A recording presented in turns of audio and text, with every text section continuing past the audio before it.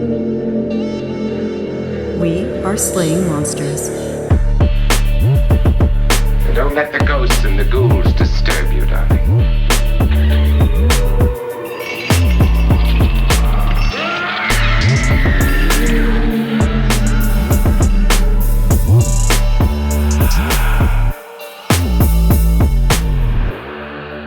I have been to Maine, to Lower Maine, to like Portland and that kind of thing, because I lived in the seacoast of New Hampshire for a little bit, and so it was easy to pop up. And Kittery, of course, is beautiful, but I've been a little bit farther north. When I was younger, my parents and we took a road trip up to like Bar Harbor and stuff. So, but I haven't been to like northern Maine. No. Yeah. What about y'all?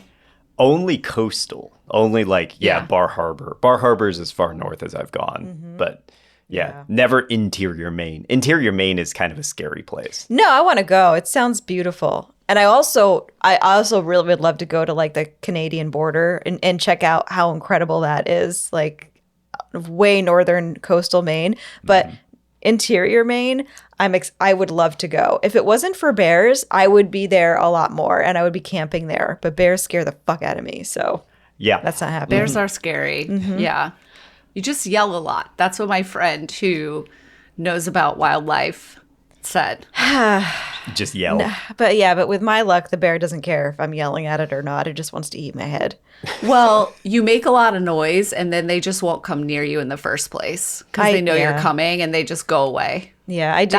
That's what she said. It's true. I mean, when I go for hikes out in the wilderness, I do clap and I talk loudly, and it sucks. It like ruins the experience for me because I'm like, well, I don't want to hear myself talk. I don't want to hear clapping in the woods. I want to hear fucking peaceful birds and stuff. And so it's fucking bears, man.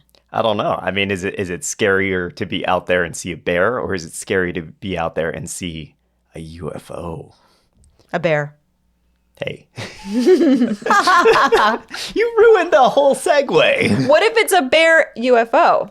What if it's a bear in a spaceship? What if we learn that bears are aliens? Yes. Like New conspiracy. Well, there is wow, this is a huge tangent, but in the 1970s, I think there was a Sasquatch reporting that apparently coincided with a UFO, and so there's a bunch of people that believe that Sasquatches are aliens.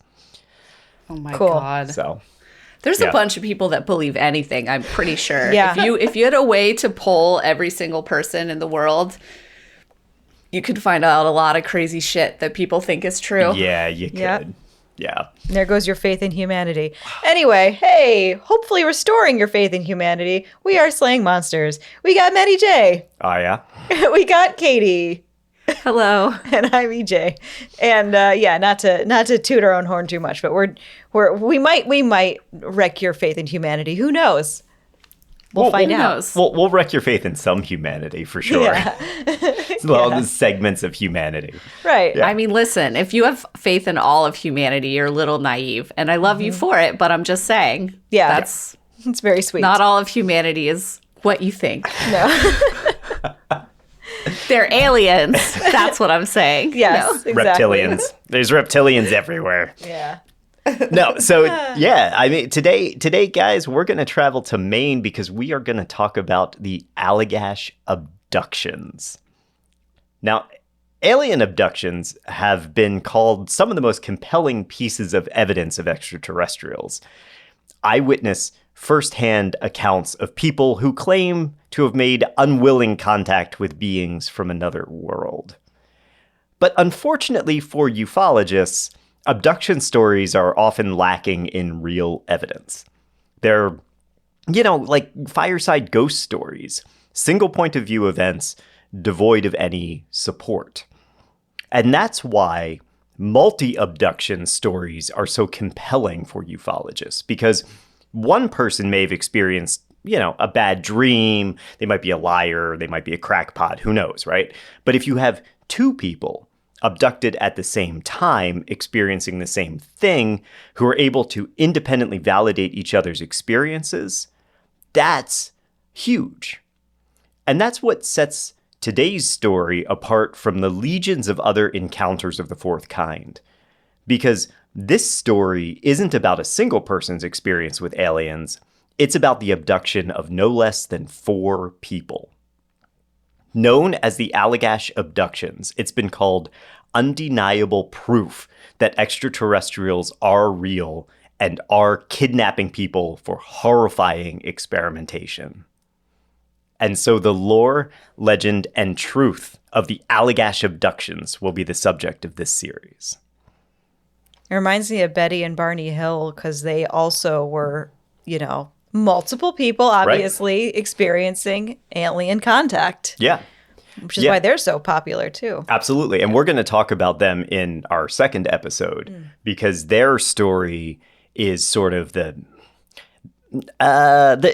got the DNA of this for sure, And again, multiple people independently validating, although when you start to dig into that, how much were the Hills actually independently validating each other? You'll have to wait and see. And that happened before this, right? Yeah, so the Allagash Abductions happened in 1976. Yeah. And the Hills were like in the 50s, right? Well, the Hills were in the 60s, yeah. Oh, the 60s. Yeah, I thought it was the 50s too. No, the Hills were, I believe, 1964. Okay. But like earlier 60s. Yes, yes. Yeah. But what you'll see with both of these stories is that the abduction happens and then a bunch of time goes by and then they come forward. And that's part of this, I think, because there's enough time that you kind of forget what the initial inciting event was, or maybe not forget exactly, but you build it up and it changes and it conflates with stories that you're hearing, media that you're consuming, and then all of a sudden, when you sit down with somebody from MUFON and they say, hey, did you see a picture of this gray alien? You're like, whoa, I did.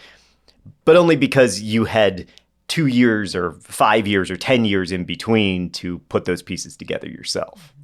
Now, my primary source for this series will be Raymond Fowler's The Allagash Abductions, Undeniable Proof of Alien Intervention, which was generously donated by a listener. And to start things off, so we're all on the same page, these abductions were not real. These 4 men did not meet aliens that night. They didn't take a trip on a spaceship. They didn't experience torturous sci-fi at the hands of their captors. God, Matt, way to ruin the story. Yeah, right wow. up front. Yeah. No suspense at all. But the story of their alleged abduction is one of the experiences of confirmation bias in the golden era of modern ufology. It's a fascinating look into how that mythology gets built and how dangerous it is to start looking for answers when you already have them in mind. Now, our story today will take place in one of our favorite states in America, Maine. Nicknamed the Pine Tree State and Vacation Land, Maine boasts 48 state parks and historic sites all over 200,000 acres. It is the most forested state in the U.S., too, with 89% of Maine's land base covered in forests. Yay. Wow, I didn't realize it was that much. Yeah. That's quite a lot. Yes. Yeah, because you'd think it would be Vermont or even New York State, which has the largest publicly protected area in the United States. The Adirondack part. Adirondacks, yeah. Oh, okay. Yeah. Yeah.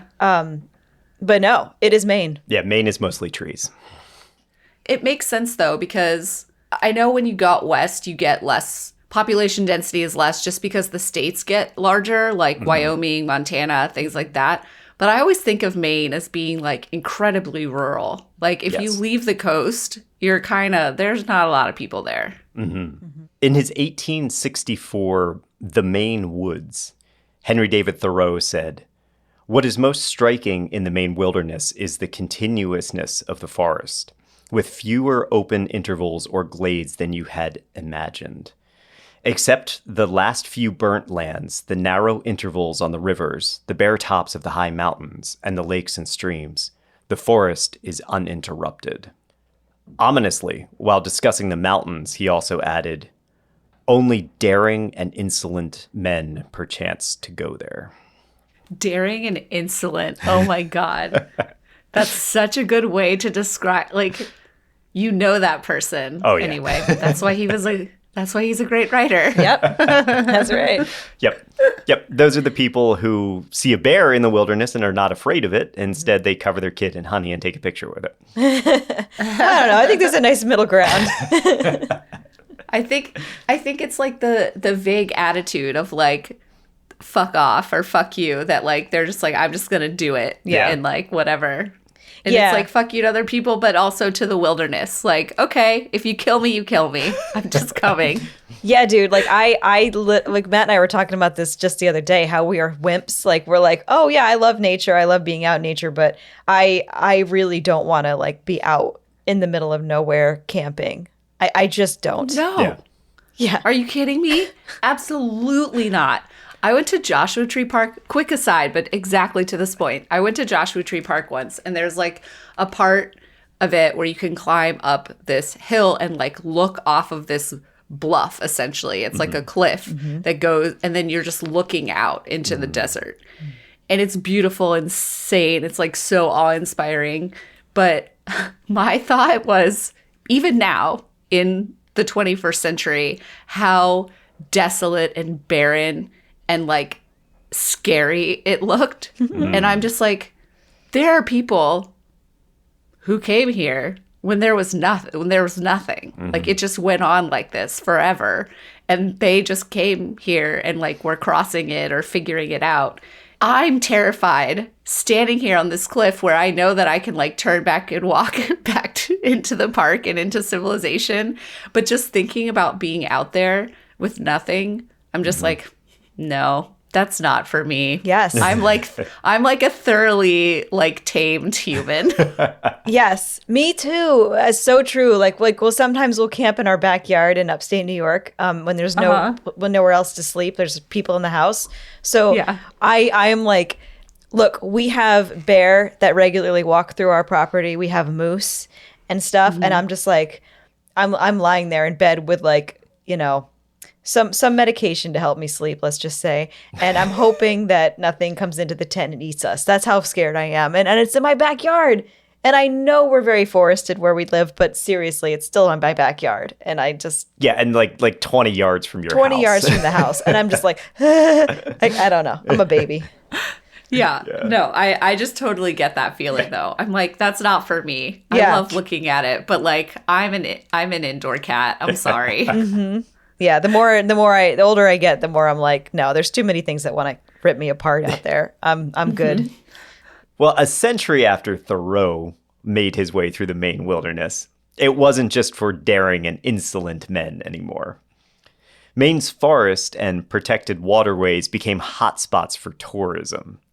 And the Allagash Wilderness Waterway was the first part of our story is going to take place here.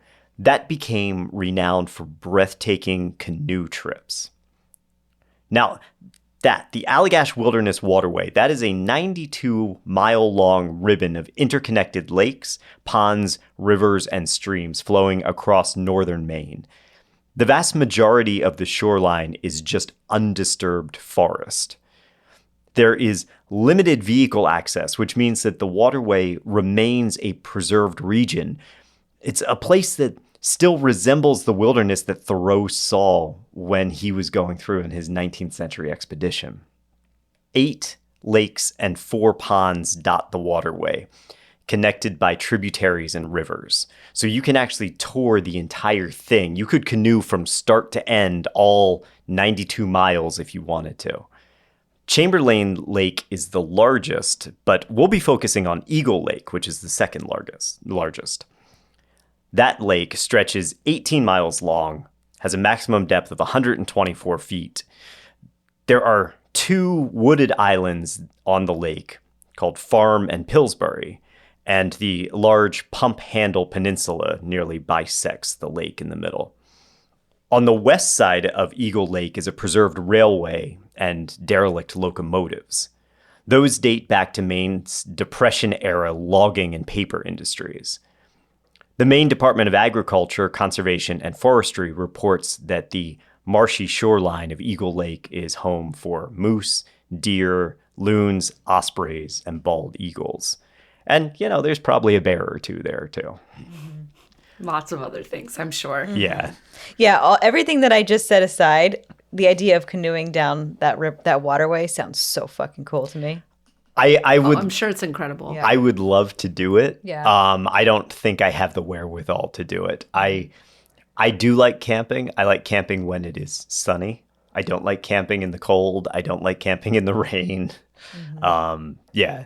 Very much a fair weather camper. We are podcasters. Yeah.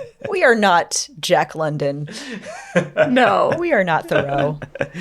By the way, there is a campsite named Thoreau on Pillsbury Island, but I don't know if he actually camped there or if they just named it for him because, Maine loves Thoreau. But all of this is to say that Eagle Lake is really, really remote. Travelers are advised to prepare to self-rescue if necessary.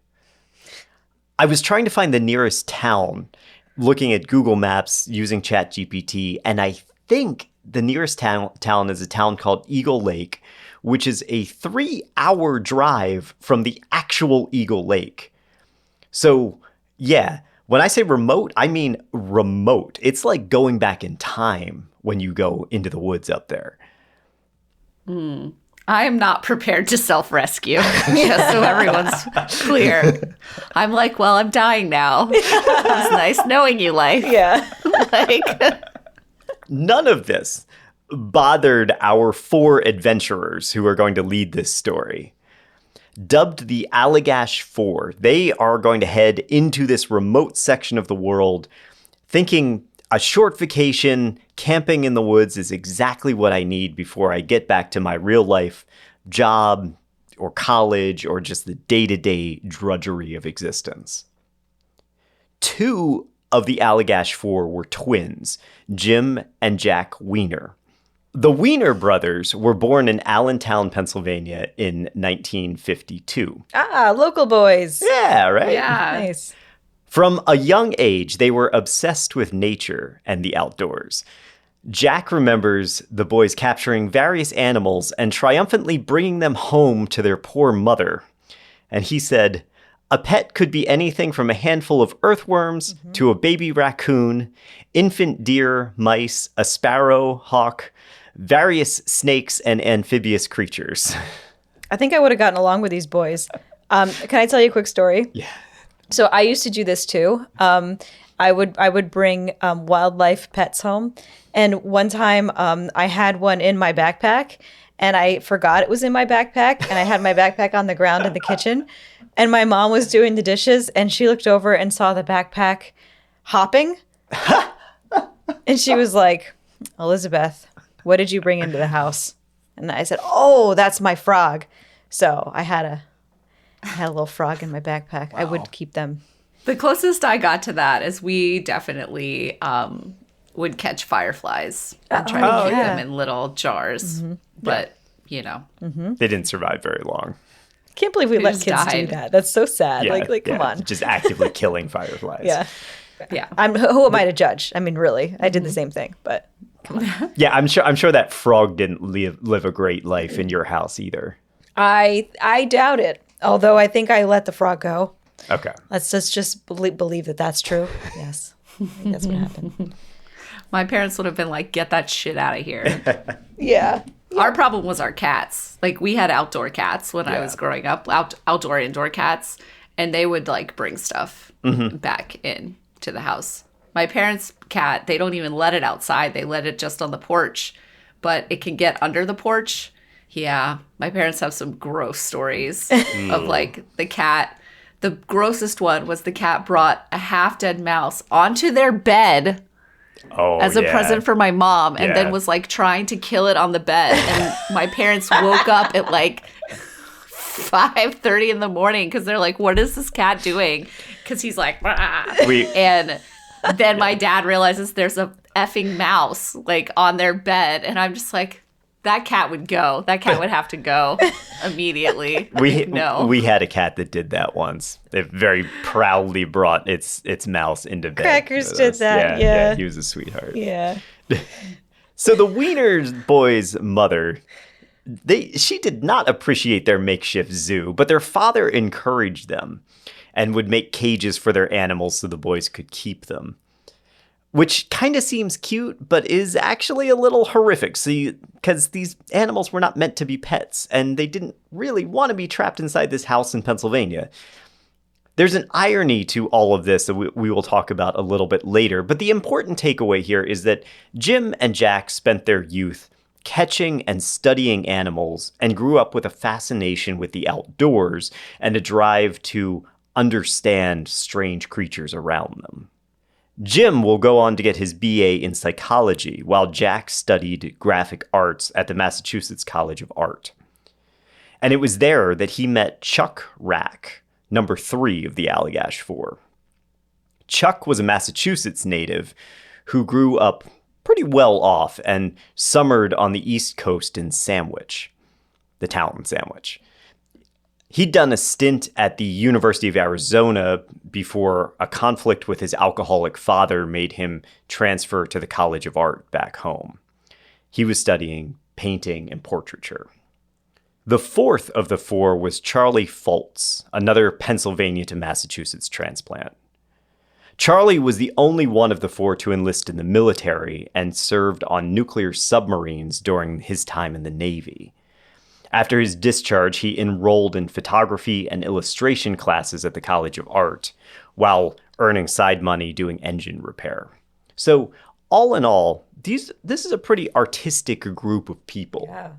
And eventually, their artist skills will really come into play when they draw depictions of what happens to them this night. But they all became close friends. They connected through their interest in art and their love of the outdoors. Jack graduated. The 4 continued to stay in touch even though their paths branched. In 1975, Chuck Rack, the wealthy Massachusetts native, rejected urban living altogether and said, "I'm out. I'm moving to Vermont to live as close to nature as I can." He spent his free time traveling and took a canoe trip along the Allagash Wilderness Waterway. And while there, he was just struck by the serene beauty of the place, and he swore, "I'm coming back here. I'm going to come back here as much as I possibly can." And he thought, what better way to experience this trip than with all of my friends? And so, on August 20th, 1976, the 4 guys piled into Chuck Rack's Chevy Vega and drove 8 hours from Boston to Baxter State Park in Maine. They planned to spend 2 weeks camping in the wilds of northern Maine. Their destination was Mount Katahdin. Katahdin. Katahdin? Oh, thank you. You're welcome. Mount Katahdin, the highest mountain in the state. Oh, I just have to say that I just Googled the Chevy Vega because I wanted to see it. Okay. Yes. Those guys going in a Chevy Vega does not give the impression that they should be camping in the middle of nowhere. It's like kind of like a cool looking 70s sports car. Yeah. It's a nice looking car. Huh. Like it's a cool car, Yeah. but I'm just like, that doesn't signify I know how to camp in rural Maine and self-rescue. Yeah, it's also a hatchback.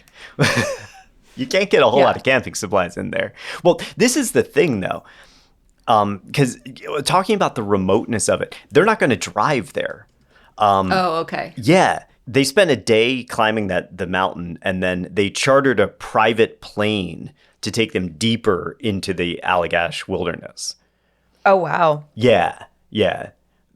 That section of the waterway is so remote. It's only like a couple of miles as the crow flies, but there are no roads to get to where they were going.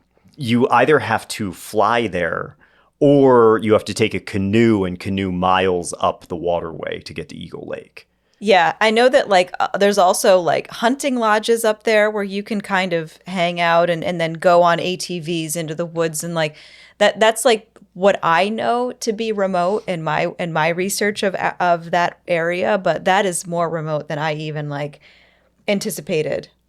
Also, this is 1976, so this is considerably before. Maybe those hunting lodges were there, maybe they're not. There are more roads there now than there were when they were going up there. Yeah. Because that almost feels like Alaska remote. Yeah. Where it's like, oh, you want to go there? Okay, we can fly. Yeah, you have to fly. For some entertaining reads for an entertaining read on the Appalachian Trail and the Mount Katahdin, I would highly recommend Bill Bryson's A Walk in the Woods, which was written in 1997, so it's quite dated. And maybe the humor is dated, but I love Bill Bryson. And I think that it's a very fun, just a funnier take on the wilderness, on wilderness in general. Cool. It's really good. So this plane that they chartered to take them there, it's a puddle jumper. So it's a tiny, tiny little plane. And then they were also flying with all of their camping equipment. So they had to take 2 trips because they couldn't fit all 4 guys plus the pilot plus all their equipment in one trip. Have y'all ever been in one of those little planes? Yes. Yeah. Have you, Katie? They're why?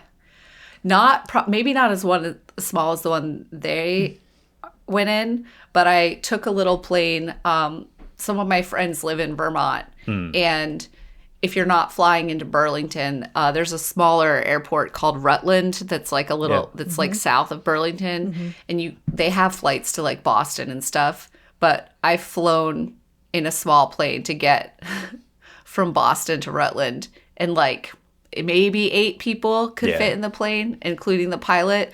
But it's like they put all your stuff in the nose of the plane. Yeah. And like there's no space inside the plane for your stuff. And also there's definitely a weight limit. Like they ask everyone and they weigh everything. Yeah. That's pretty cool. Yeah. Yeah. This was a pontoon plane too. Oh, cool. Yeah. They land on the lake? Yeah, you can't land in the trees, so they land on the lake. Like Indiana Jones. Yeah. Nice. Jack described this flight and said, "My white-knuckled hands grasped the back of the pilot's seat so tightly that I'm surprised it didn't become a permanent part of my anatomy. We were climbing steeply to avoid the tall pines that surrounded the pond. The plane went into a steep dive toward the silvery water and made a hair-raising landing, skidding across the bumpy surface of the lake like a giant water bug." They can be bumpy. We were in a like what, a 6-seater or a 4-seater? A 4-seater. Yeah. Yeah, which is kind of what I think they were on, a 4-seater. Yeah. Yeah, they can be pretty bumpy like that. There's nothing in the plane to like balance out the air or anything like that. You're just kind of riding on the wind like a kite almost. It's a little light. bit. And you fly lower too, so like the wind patterns are different. Any wind that like sweeps through the trees also hits you. It's an experience. It's an experience, yeah. Jack and Chuck paddled to shore and were soon joined by Jim and Charlie Foltz. They made their first camp on the shores of Talos Lake and spent 2 days there fishing, playing cards, just having a great time. Despite the remoteness of the region, there were other campers staying in that vicinity too, which meant the Allagash Four were not the only ones who saw strange lights in the sky that night. Jim Weiner described them, saying, "Directly across the lake, we saw what at first appeared to be an intensely bright star, 3 to 5 times brighter than the next brightest visible star. I took out my binoculars and focused on the star and immediately realized it was not a star. It was an object only a few miles away and approximately 200 feet above the treetop level. It hovered perfectly still for a few seconds and then extinguished from the outside edges of the light to the center." So like collapsing in on itself almost. Interesting. I mean, my first thought is like, well, that's cool. Like he took out binoculars and he looked at it. So he's not just like using his naked eye to be like, it's this. But my second thought is you have no idea how far it is above the tree line. Right. In an open sky like that, like who the fuck knows? You have no idea. And it's still just a light. He never describes it as a solid object or anything. He just says, oh, the light isn't that far away. And I don't know how you determine that without knowing what the light is. So they discussed this with the other campers that night, but nobody could make any sense of it.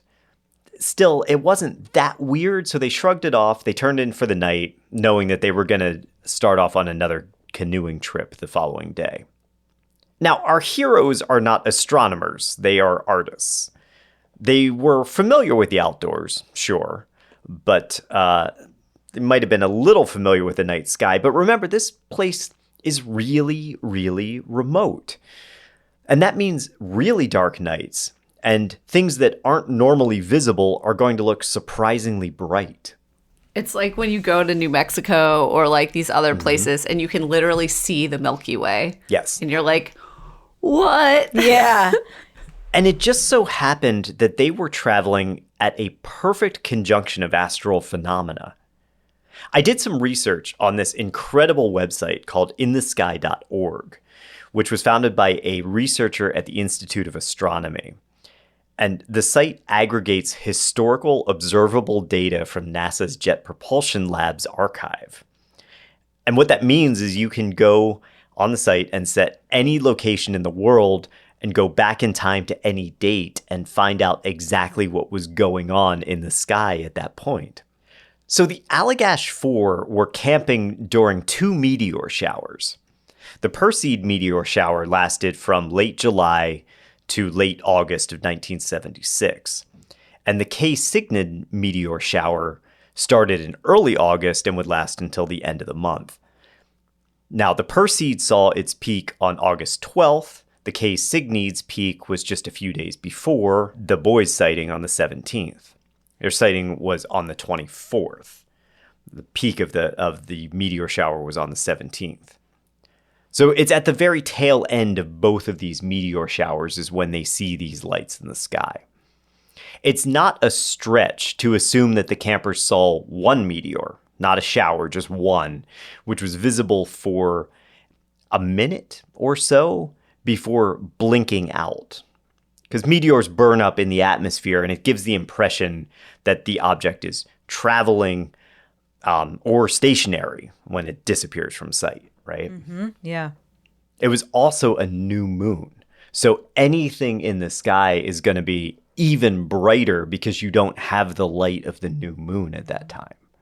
I saw footage of the Perseid meteor shower on YouTube. I just wanted to see what it actually looked like. And I noticed that there were instances where the meteors could look like UFOs. Like they really could, because they are really large and they're also slow moving, which is a really big thing. Like when you think about things, you think, oh, they're just going to zip across the sky. But this one I saw particularly looked like it was just sort of hovering and then it disappeared. So because they might not be moving laterally, you know? Right. There might be a meteor that's coming at you and burning up.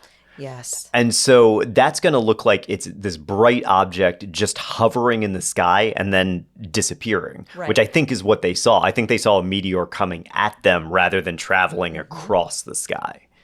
Which is not what you think about. Yeah. Yeah. Yeah. Why would you ever think, oh, the meteor's coming at us? But Right. But of course it is, because they're coming in from all different sorts of places, Exactly. like as they hit the atmosphere. Yep. Yeah. Exactly. Okay. So that was Tuesday, August 24th.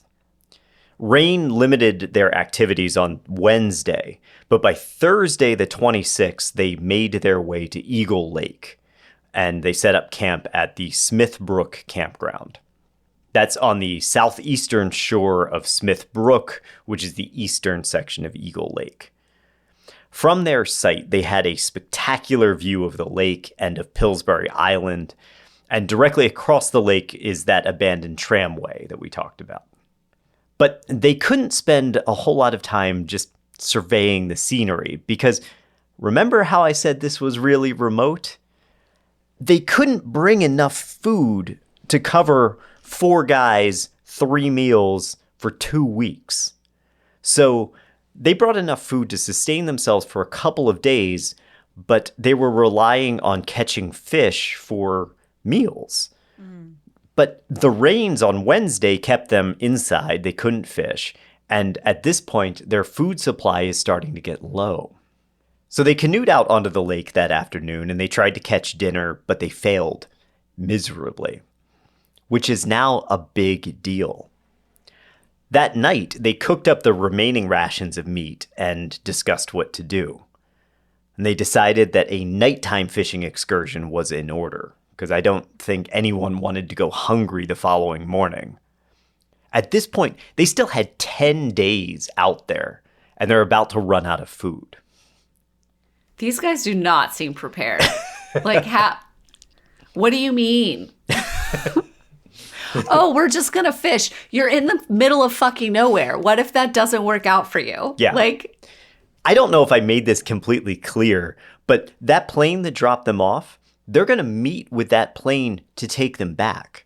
They're out there for 10 days no matter what. 14 days total, but they have 10 more days no matter what. There's no getting back.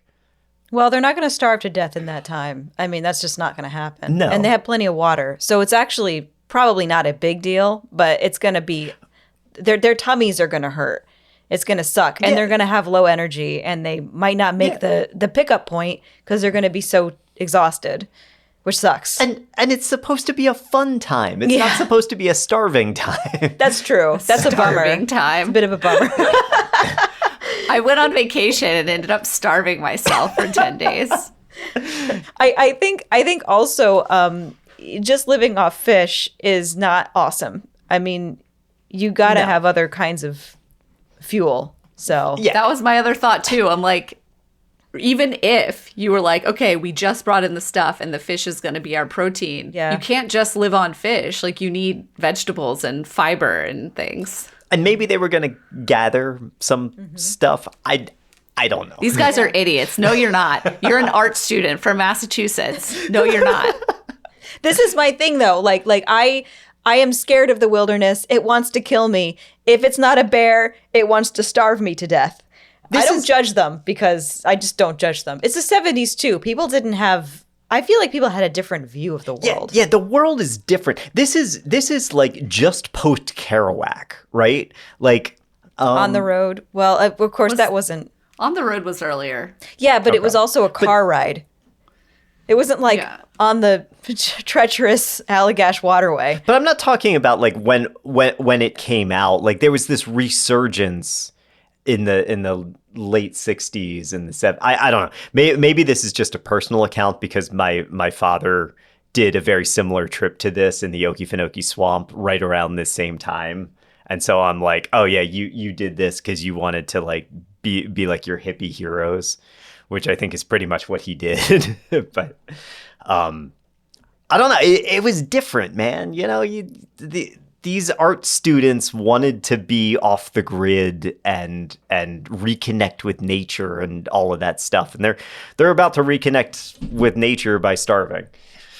Yeah. Well, we don't judge them, but we do find their naivete a little bit amusing. Yes. Mm-hmm. So they have to go out night fishing. They have to go out night Let's fishing. go. Let's go. Let's go night We're gonna fishing. go night fishing. And remember, we're just after the new moon now, so it's dark. Dark night to go night fishing. It's type 2 fun. Do you guys know about this? No, what is type 2 fun? Okay, my friend taught me about this, and it's really fun. Type 1 fun is when you are having fun during the thing that's happening. You're like, oh, this is so fun, great time. Okay.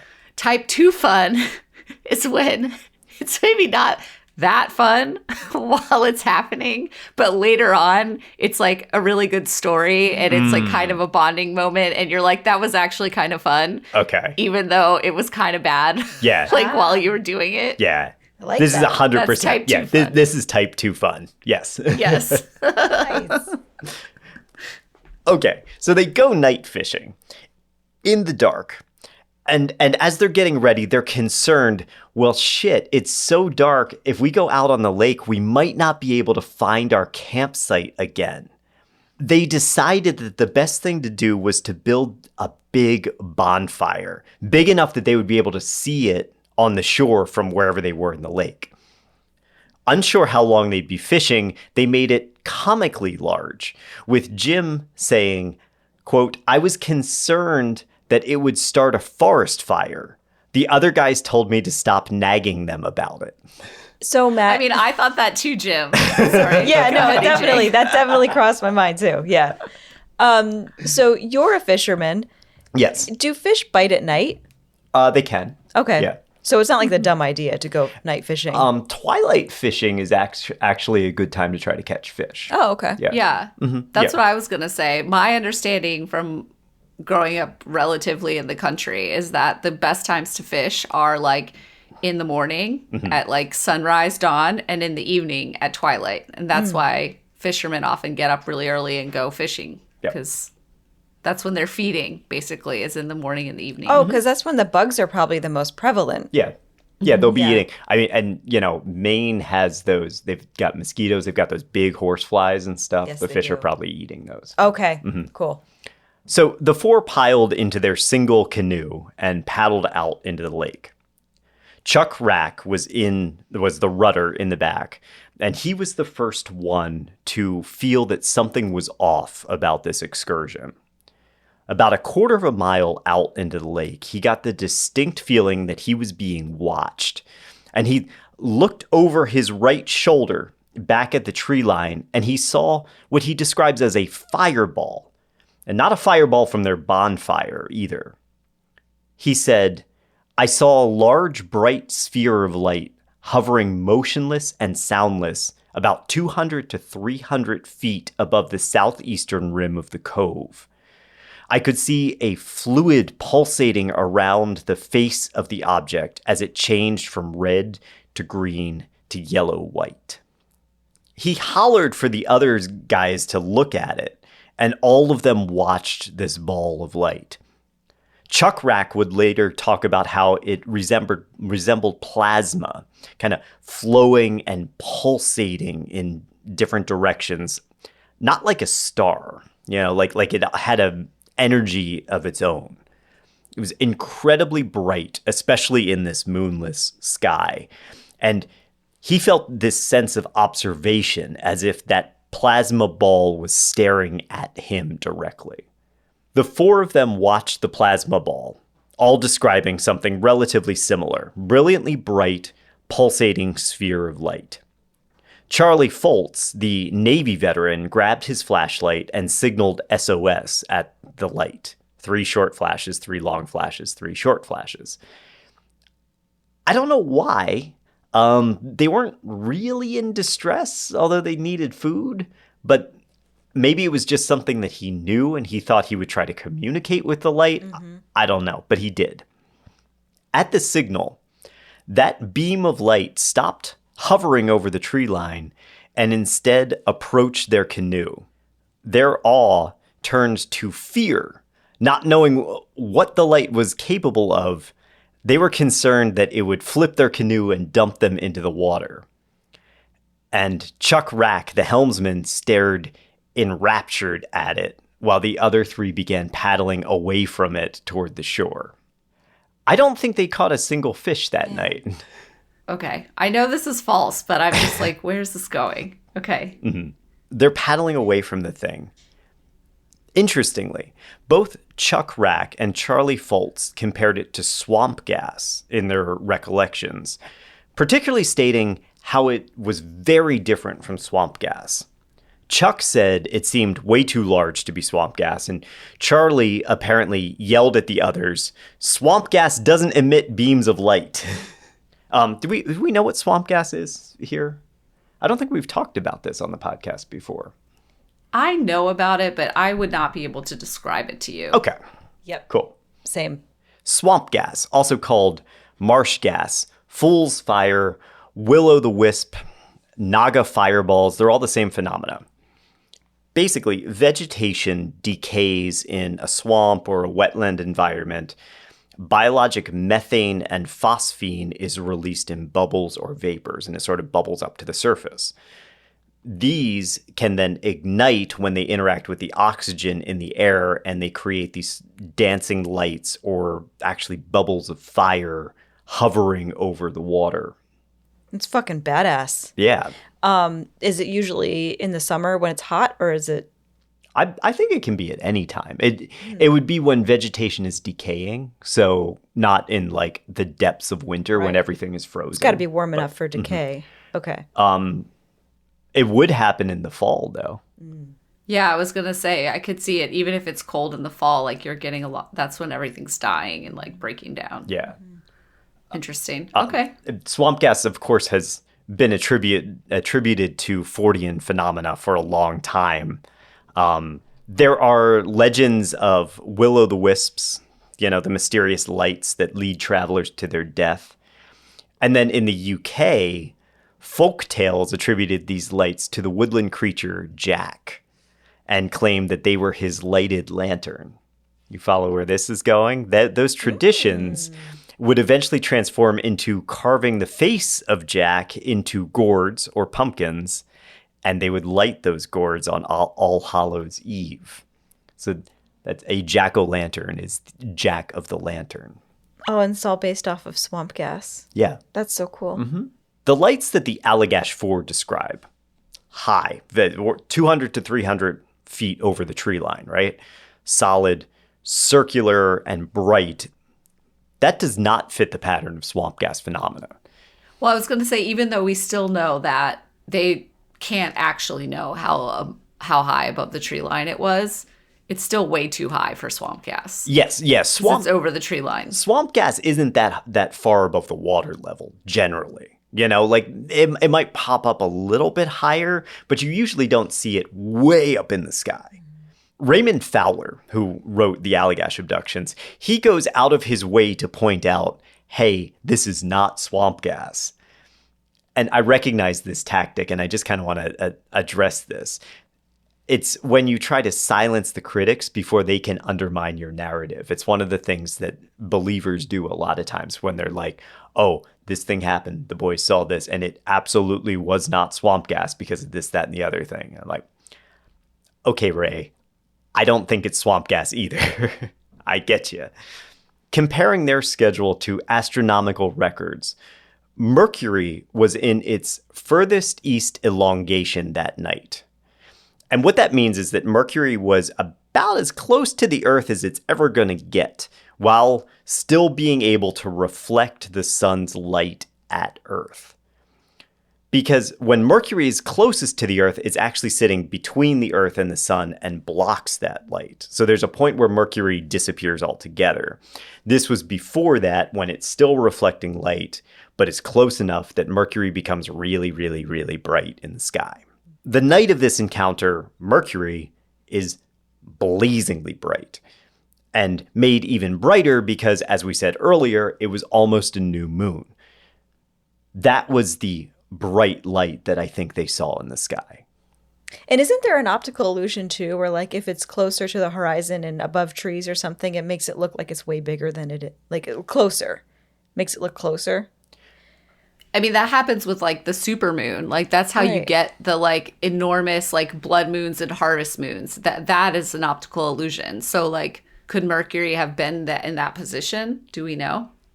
I don't know. I don't know about that necessarily attributed to Mercury. They were starting out right around sunset. So Mercury would have been rising in the sky. It is possible that Mercury was low on the horizon, and that's why, that was why it appeared even larger than it normally would have been. That's a good thought. I just remember when we were actually in Maine and we were looking at I think it was a harvest moon. Or a blood moon. I can't remember which one. Yeah, maybe it was a blood moon, and it was like huge. We were in Bar Harbor, and it was just over the harbor, and it was like enormous and red, and it was like fucking awesome. So I know it's incredible when that happens, and then I'm just like, I am just a little tiny speck of nothingness in this world. Yep. I know. Like so amazing. Yeah. Anyway, and if you've ever seen that and been awed by it, now think about you're in the middle of nowhere. We keep hitting this. In the middle of nowhere, nobody's around, and you see that over the treetops. And you're stressed because you're hungry. Mm-hmm. Think about that experience, right? I don't know how experienced these guys were at camping. Obviously, Chuck Rack kind of was, because he was the guy who moved out to Vermont and wanted to live in nature and all of that stuff. But I'm not sure the others were. And it's really easy to get scared out there when you're all alone and you realize, like, we are really all alone. Hell yeah.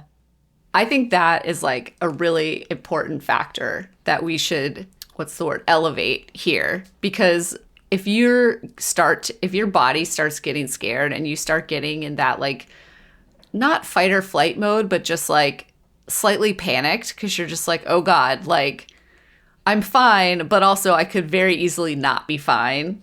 Your brain can start to do wackadoodle things. Really quickly, I feel like. Yes. It's a really good point, EJ. The next thing anybody remembers is them getting out of their canoe on the shore. They didn't remember their trip back. And remember, they were like a quarter of a mile out on this lake. All that they remembered was getting out of the beach canoe and looking up at the light, which was now receding before it disappeared from sight. That alone might not be that strange, but their bonfire, the one that was so large that Jim was concerned it was going to burn down the whole forest, had been reduced to coals. Whatever happened out there on the lake didn't last just a couple of minutes. Somehow they had lost hours of time out there. Jim estimated that the bonfire should have given them 2 to 3 hours of burn, and the logs were completely disintegrated. None of them thought that they had been gone more than like 20 minutes. I'm curious how long it takes. How long does it take to canoe a quarter of a mile? 5 to 8 minutes to canoe a quarter of a mile at a leisurely to moderate pace. So yeah, it didn't take them very long to get that far out. Theoretically, they had been gone, let's call it 20 minutes just to paddle out and paddle back. Right. But like maybe you put 10 minutes in between. So arguably it's like, 30 minutes maybe. Okay. But still, he was saying... Not 2 to 3 hours. Yeah, he was saying this fire should have given us 2 to 3 hours of burn time, and it was gone. Yeah, that is weird. Yeah. Mm-hmm. So no matter how you look at it, if their accounts are accurate, they lost 2, maybe 2.5 hours out there. Somehow something happened. Because as soon as they were paddling out, that was when Chuck felt the light behind him. Now, perplexed but exhausted, they turned in for the night. They did not catch any fish. The rest of the trip was spent basically without incident. They were able to get some more fishing done, and they were able to get enough food that they could sustain themselves for the rest of their time.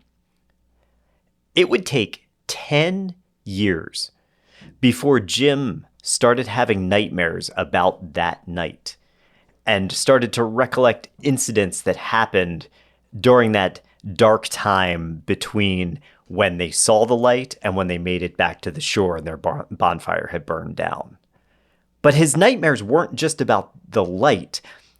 They centered on a strange room and the even stranger beings that performed unspeakable procedures on the Allagash 4. But we will talk about them and their close encounter in our next episode. Ooh, yeah. That's a good place to leave it. Yeah. Cliffhanger. What a cliffhanger. I do think that it's not super crazy to imagine that, like, when you are in a state of panic, you don't remember getting from point A to point B. Like, I totally understand that. Mm-hmm. And I also understand if it was Mercury and it was cruising across the sky, it would eventually probably stop looking as big as it is as it crosses through the tree line and up into the just further away from the horizon. Because I think I remember seeing that when we were looking at the blood moon and how it was really cool and big, and then it would get small and then it would just rise and it just becomes normal. Yeah. And when we saw it, we were stationary and it moved. Mm-hmm. So imagine if you were also moving with it or away from it. Like, you were changing your viewing perspective as well, and your relationship to the trees that you were using to judge how high and how large that light was. So sure, maybe let's say it was Mercury, didn't just disappear. It just became the size that Mercury normally is in the night sky. Yeah. So you lose it, sort Right. of. with it in amongst the stars. I mean, I think the thing that's the weirdest to me about this story, or the most compelling about this story that they made up, but like the thing that is the best piece of storytelling to me is not that they lost time, especially now that we know that it took them, I don't know, 5 to 8 minutes to get back, right? Or that they don't remember the trip. I'm sorry, because I agree with EJ. Like, if you're kind of scared, you can kind of block things out and not really remember. And 5 to 8 minutes is like not that long of a time. Sure. The thing that's weird is getting back and the fire being gone, because that doesn't make sense. Yeah. Right. It doesn't make sense, but the one thing I will say about it, as somebody who burns fires all the time now, because we just always are burning fires. We have a new fireplace. Yeah. It's really nice. Yeah. But I will say that, like, because it was such a huge fire when they left, it makes me think that, yes, they got it going really good, but maybe there wasn't a whole lot of fuel inside of the actual fire. So the bigger it burns, the faster it's going to burn out if it's not being fed. And so I suspect that maybe they got it going with a lot of fuel, but there just wasn't a whole lot of actual wood fuel in it.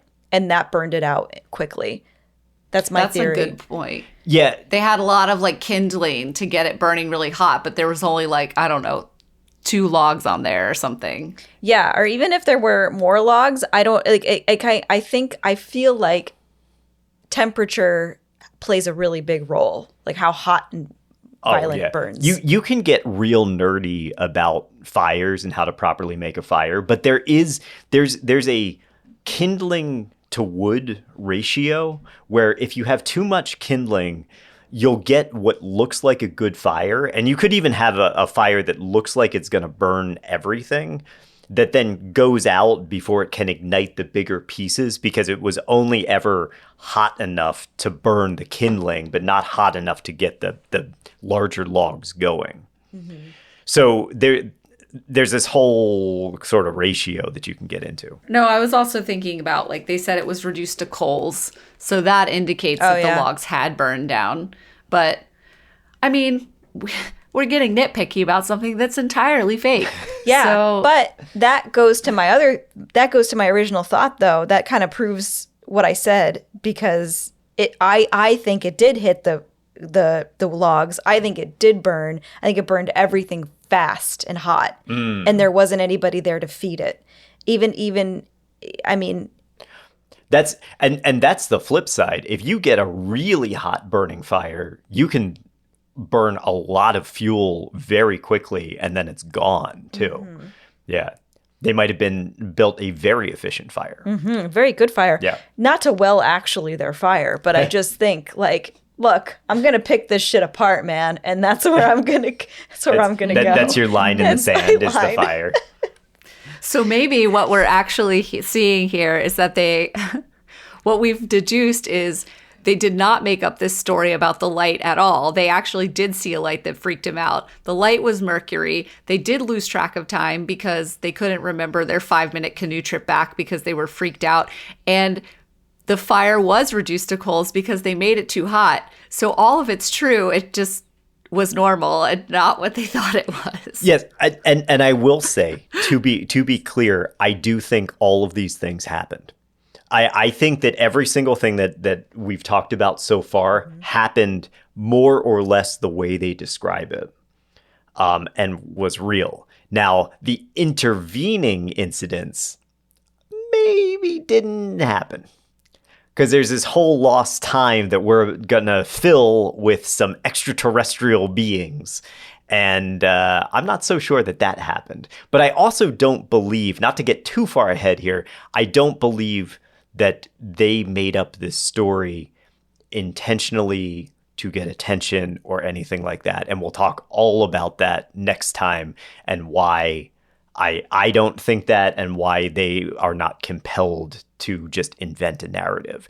And that's one of the reasons why I really wanted to talk about this, because a lot of times when we are critical of people who have experiences and stuff, the immediate response is, well, they're making it up because they're trying to sell a book, or they're trying to get on TV or something like that. But I think a lot of times these experiencers really believe what happened. It's just that they misunderstood the situation, and so they invented a story that they truly believe that didn't actually happen. But they're not doing it for publicity. They're not doing it because they want their 15 minutes of fame or fucking whatever. They really believe that it happened. I'm sure we'll talk about this next time, but there are definitely sort of like memory phenomena where that happens. Yes. All right. Well, thank you all for listening. If you are feeling generous, head over to slayingmonsterspodcast.com, click on the support us button at the top of the page, and leave a donation or consider becoming a supporter there. That's also where you can find a link to our merch store if you want to show off your love of the podcast. And yeah. Any other thoughts about Allagash in Maine before we sign off? Just that I love Maine. I know. I love you, Maine. We gotta get Big back. hug. I know. All right. Thank you for listening. Be safe out there. Bye. Thank you. Bye. Thanks for listening to Slaying Monsters, the 40 in History podcast. If you like the podcast, there's a couple ways you can show your support. You can tell your friends, you can leave us a rating and review on your podcast platform, or you can head over to slayingmonsterspodcast.com and click on the Support Us button to leave a donation. For questions, suggestions, and other feedback, reach out to us, slayingmonsterspodcast@gmail.com, and stay up to date by following us on socials at Slaying Monsters Podcast. Your support helps us grow, and we are truly grateful to have our listeners and community.